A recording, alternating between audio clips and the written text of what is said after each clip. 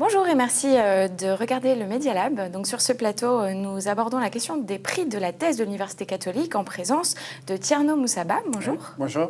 Bienvenue. Et donc Merci. ce prix va permettre de récompenser votre capacité à synthétiser, à transmettre votre travail de recherche, de rendre accessible au grand public. Alors déjà, peut-être pouvez-vous vous présenter?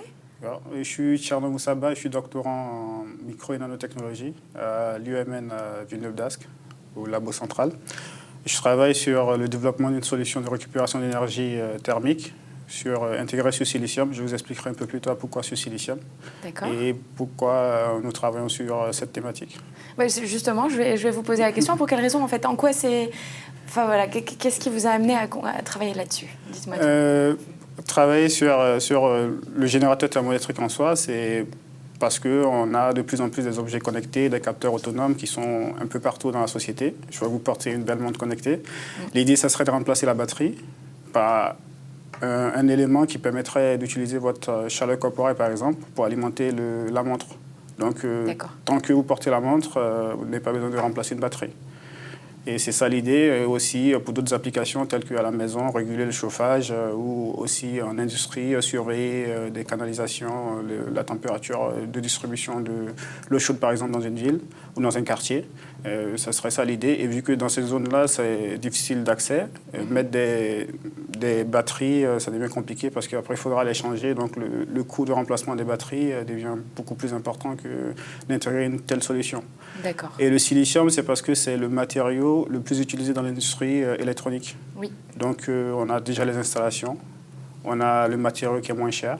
Donc forcément, au niveau coût de production, ça serait formidable. Ça permettrait aussi de vendre au grand public le générateur, ce qui n'est pas le cas actuellement avec les matériaux qui sont utilisés actuellement, qui sont non seulement chers, mais aussi très polluants comparé au silicium. Donc l'idée, c'est le coût et aussi l'impact environnemental du dispositif.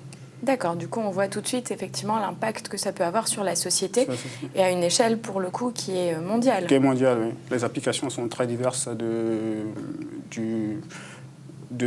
l'industriel au domestique, au loisir, etc. Les applications sont très, très variées. Oui, et puis on voit qu'auprès du troisième âge, par exemple, il y a de plus en plus également d'accompagnement par des objets connectés. Donc on pourrait aussi utiliser ça pour surveiller l'état de santé de ces patients-là. S'il y a un problème, il allerterait directement un service qui contacterait les secours, par exemple, ou contacterait un médecin pour venir voir ce qui se passe avec la personne. D'accord. Et alors, quel est l'intérêt aussi de votre travail dans un cadre plus universitaire, justement pour les étudiants qui fréquentent l'Université catholique de Lille? Dans quelle mesure vous interagissez peut-être avec eux? L'idée aussi, c'est à travers ça, c'est de pouvoir montrer aux générations suivantes qu'il y a des solutions alternatives à tout ce qui est fait actuellement et que les études qu'ils font peuvent permettre aussi de s'avancer sur cet axe-là qui permettrait de réduire notre impact environnemental. Et avec ça, avec ce genre de dispositif aussi qui sera fait à moins de coûts, on permettra aussi de leur envoyer quelques-uns en TP pour qu'ils soient étudiés par les étudiants, pour qu'ils comprennent mieux comment ça fonctionne et peut-être eux, ils auront des idées aussi d'amélioration de ces produits-là et ils verront comment améliorer ces produits ou développer de nouveaux produits dans cette thématique-là d'impact environnemental et de réduction de coûts. D'accord. Et comment vous vous projetez justement à l'issue de ce travail de recherche? Est-ce que vous voulez poursuivre dans la recherche dure, entre guillemets, ou est-ce que vous souhaitez souhaitez enseigner, ou est-ce que vous voyez plutôt justement dans un univers d'entreprise? Comment vous vous projetez? Pour le moment, je me vois plus dans un univers d'entreprise. D'accord. Parce que c'est moins fatigant parce que la recherche académique, il faut accumuler des post-docs pendant des années et des années, éventuellement passer les concours qui est pas forcément, où on n'est pas forcément sûr d'avoir la place, quelle que soit la qualité des travaux qu'on a fait. Donc je me rentrerai plus vers l'entreprise et là-bas, je sais que si l'entreprise a ce axe de travail, il y aura les financements pour vraiment travailler là-dessus et c'est beaucoup plus simple de travailler comme ça.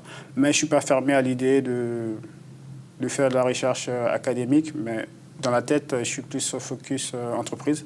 D'ailleurs, je fais la thèse en partenariat avec une entreprise qui est à Grenoble, un des leaders mondiaux dans l'industrie électronique, ST Microelectronics. C'est un peu pour ça aussi, c'est pour avoir un pied dans l'entreprise, un pied dans l'académique et après pouvoir comparer. Et j'ai la chance aussi de faire le gros des travaux dans le laboratoire public, donc ça me permet de mieux voir aussi ce qui se passe dans l'académie.